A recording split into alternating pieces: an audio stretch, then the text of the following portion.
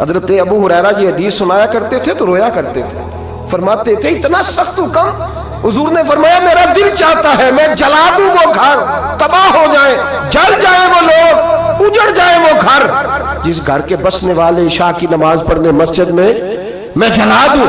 تو کیسے کہتا ہے میرے گھر میں برکت آ جائے گی اور میں نماز نہ پڑھوں؟ تو کیسے کہتا ہے سکون آ جائے گا اور میں نماز پڑھنے نہ جاؤں؟ جس سے رسول پاک ہی ناراض ہے، جس سے نبی پاک ہی ناراض ہے، اور حضور فرماتے ہیں فلاں گھر برباد ہو جائے، تو اب آج کیسے ہو سکتا ہے؟ خدا نے ان کی زبان کو وہ اختیار دیا، جو نکلی منہ سے ان کے وہ بات ہو کے رہی۔ میرے حبیب پاک سید عالم علیہ السلام نے فرمایا دل چاہتا ہے جلا دوں، اگر مجھے عورتوں کا خیال نہ ہوتا، اگر مجھے بچوں کا خیال نہ ہوتا تو میں جلا ڈالتا وہ گھر جو گھر کے رہنے والے کلمہ تو پڑھتے ہیں پر مسجد میں نماز پڑھنے کتنے ہم لوگ مزے کے ساتھ ڈھٹائی کے ساتھ، اب تو سیانے بندے ہو گئے ہیں، کہتے ہیں حضرت صاحب